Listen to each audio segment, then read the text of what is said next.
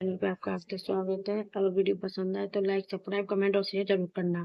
मैं class 6 polity chapter 6 पढ़ाऊंगी, बताऊंगी कि नगर प्रशासन इसमें है क्या। एक गांव के मुकाबले शहर ज्यादा बड़ा और अधिक फैला हुआ होता है। शहर की गलियां ज्यादा चौड़ी होती हैं, यहाँ के बाजारों से ज्यादा भीड़ भाड़ होती है, पानी और बिजली की सुविधा होती हैं, अस्पताल होते हैं, यहाँ बहुत ज्यादा वाहन होते हैं और यातायात के नियंत्रित करना पड़ता है। क्या आपने कभी सोचा है कि यह सब आपने इतने सुचारू रूप से कैसे चलता है? कौन सी संस्था इन सब के लिए जिम्मेदार होती हैं? कैसे निर्णय लिए जाते हैं? कैसे योजना बनाई जाती हैं? और कौन लोग हैं जो यह सारा काम करते हैं? आइए उत्तर ढूंढने की कोशिश करते हैं। इसमें इसमें जानकारी लेना आवश्यक है कि किस तरीके से क्या होता है, क्या नहीं, चैप्टर में हम पढ़ेंगे।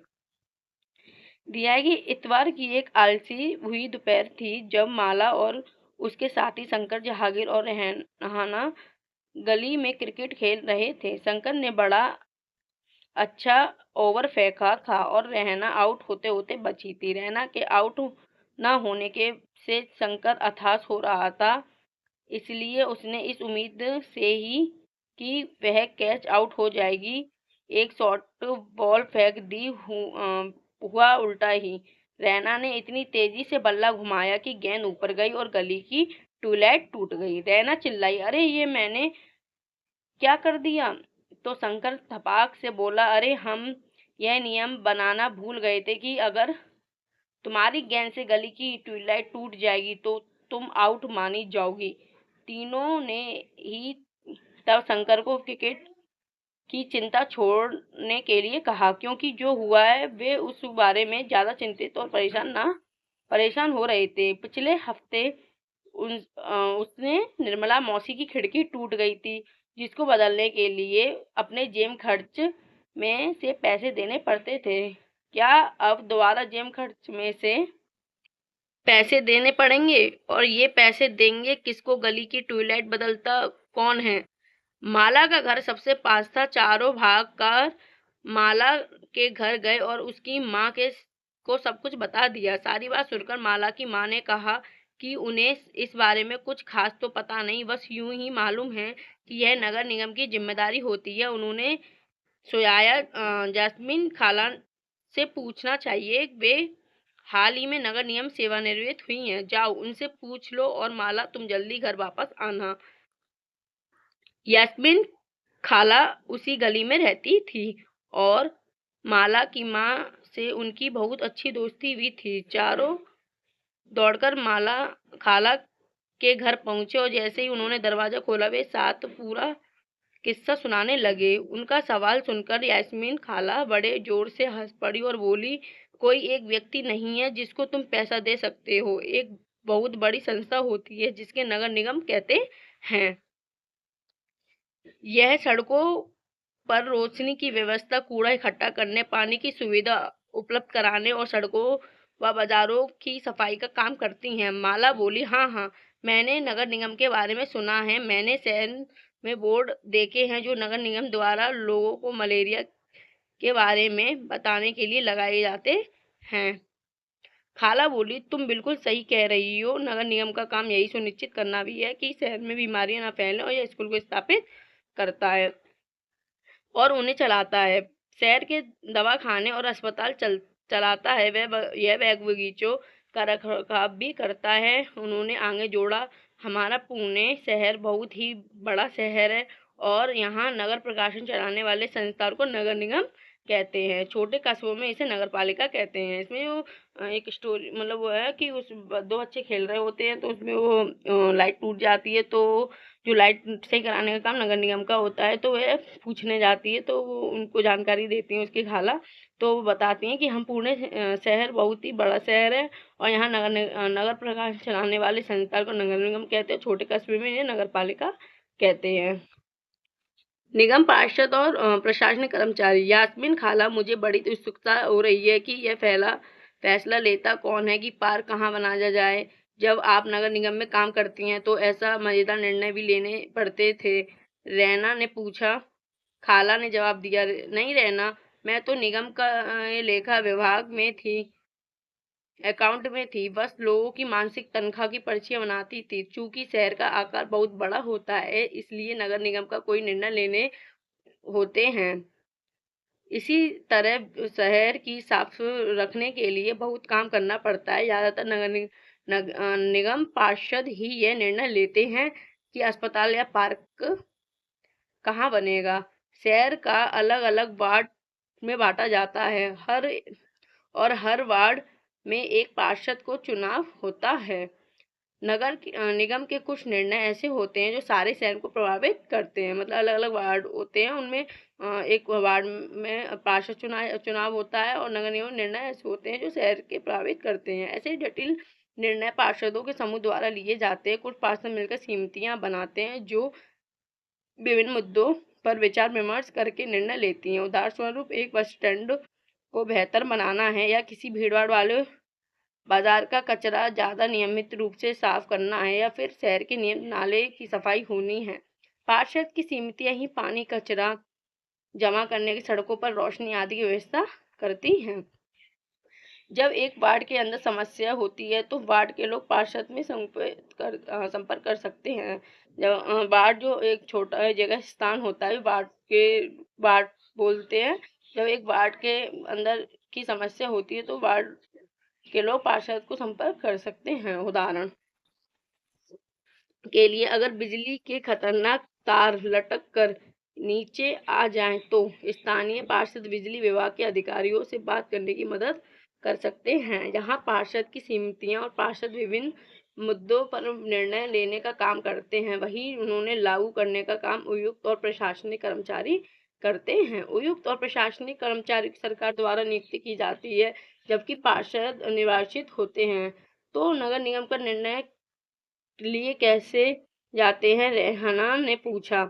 वह कभी सोचना बंद ही नहीं करती। बच्चों के सवालों से खुश होते हुए यशमिना खाला ने जवाब दिया, सारे बोर्ड के पार्षद मिलते हैं और सबकी सम्मिलित राय का एक बजट बनाया जाता है। उसी बजट के अनुसार पैसा खर्च किया जाता है। तो इस तरीके से खाला से पूछे गए जो क्वेश्चन है, रैना ने पूछे कि किस तरीके से कौन डिसीजन लेता है कि वार्ड में कि कैसे क्या किया जाएगा, और पार्षद का चुनाव भी होता है। तो इस तरीके से उसने बताया। पार्षद ये प्रयास करते हैं कि उनके वार्ड में विशिष्ट जरूरत परिषद के सामने रखी जा सके। फिर ये निर्णय प्रशासनिक कर्मचारी द्वारा क्रियान्वित किए जाते हैं। खाला बड़ी खुश थी, क्योंकि किसी बड़े व्यक्ति ने तो आज तक उनके काम के बारे में नहीं पूछा था। बच्चों के सवालों ने उन्हें अपने अनुभव बांटने का एक मौका दिया। इसमें दिया है कि नगर निगम से पैसा कहाँ से मिलता है। इतने सारे काम करने में बहुत सारा पैसा चाहिए। निगम यह राशि अलग अलग तरीके से इकट्ठा करता है। इस राशि में बड़ा भाग लोगों द्वारा दिए गए कर टैक्स से आता है। कर वह राशि है जो लोग सरकार द्वारा उपलब्ध कराई गई सुविधाओं के लिए सरकार को देते हैं। इन लोगों ने अपने घर होते हैं, उन्हें संपत्ति कर देना होता है, और साथ ही पानी और अन्य सुविधाओं के लिए कर देना होता है। जितना बड़ा घर उतना कर निगम के पास जितना पैसा आता है, उसे संपत्ति कर से केवल 20 से 30% पैसा ही आता है। शिक्षा पर भी कर लगता है। अगर आप किसी दुकान या होटल मालिक हैं तो उस पर भी कर देना पड़ता है। अगली बार जब आप सिनेमा देखने जाइए तो टिकट पर ध्यान से देखिएगा कि हमें मनोरंजन के लिए भी कर देना पड़ता है। इस तरह अमीर लोग संपत्ति कर देते हैं, वही जनसंख्या का एक बड़ा हिस्सा सामान्य तरह से कर अधिक देता है। मतलब जब नगर निगम को पैसा कहाँ से मिलता है, इनकम टैक्स लेकर ही वो कर लेते हैं, तभी नगर निगम को पैसा मिलता है, जिससे मतलब कहीं चीज़ें सुधारनी होती हैं तो वहाँ पे वो कर का पैसे लगाकर सही करा सकते हैं। शंकर ने बड़ी उत्सुकता से पूछा, अपना शहर तो इतना बड़ा है, इसकी देखभाल के लिए बहुत लोगों की जरूरत पड़ती होगी।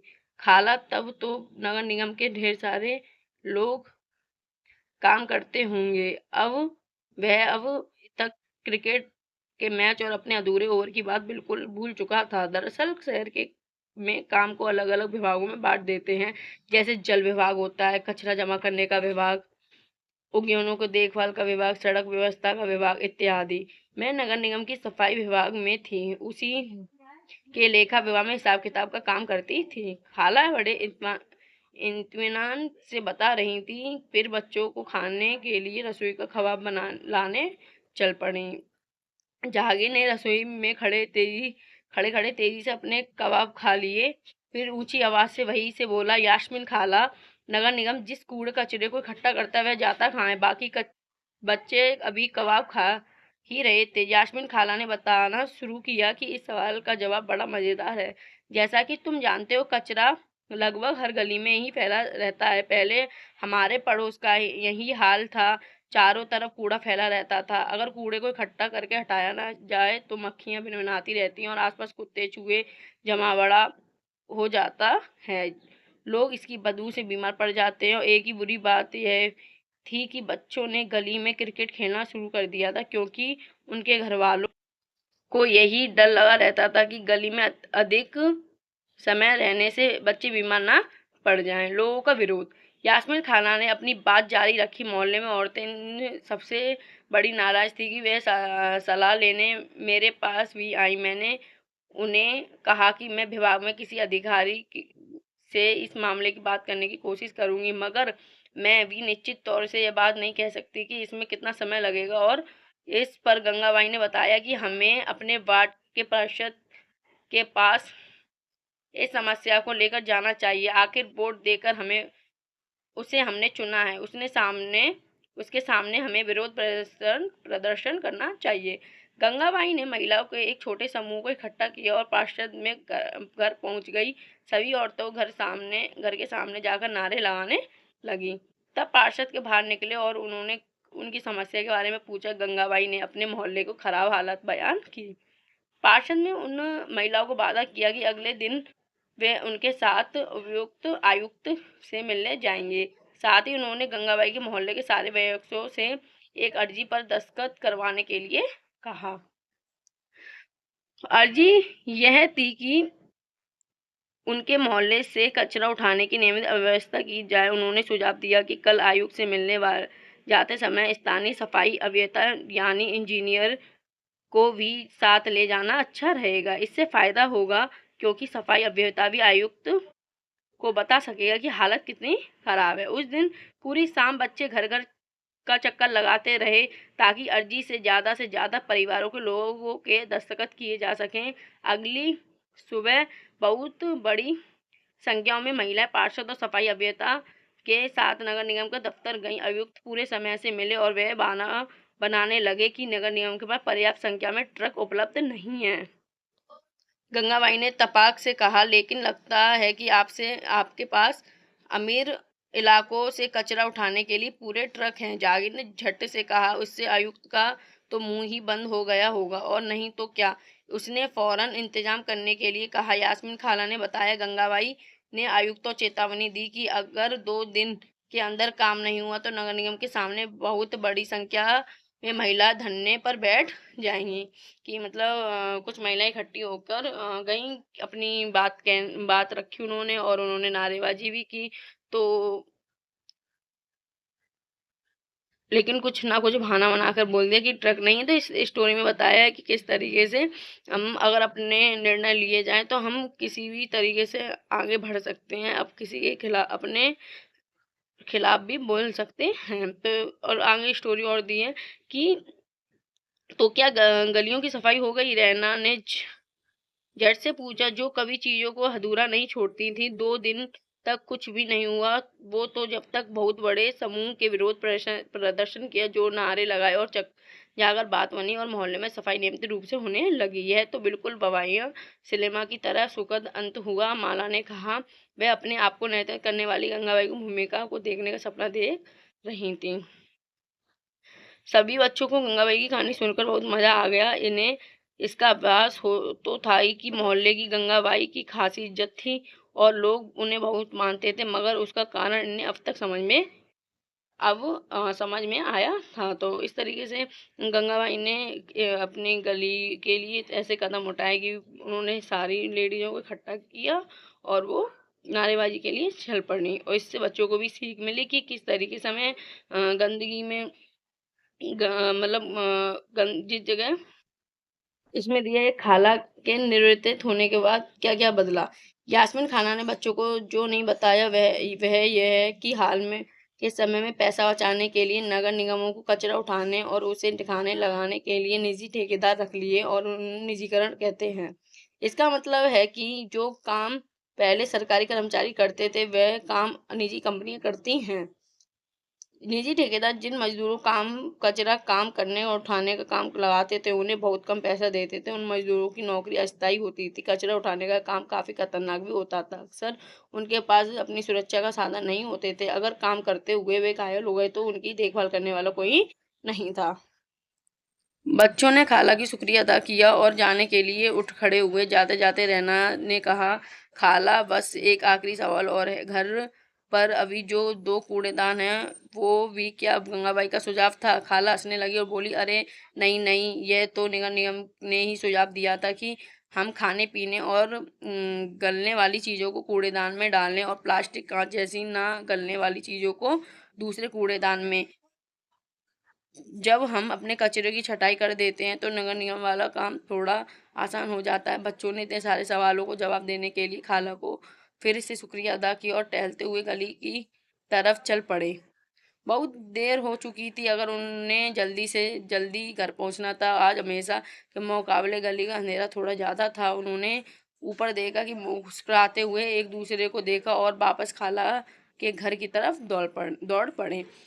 तो इस स्टोरी में इस तरीके से डालना कि अगर हम जिस गलियों में या कहीं पर भी गंदगी रखेंगे तो उसका जो निर्णय लेती है वो नगर निगम ही लेती है कि किस तरीके से क्या करवाना चाहिए क्या नहीं। और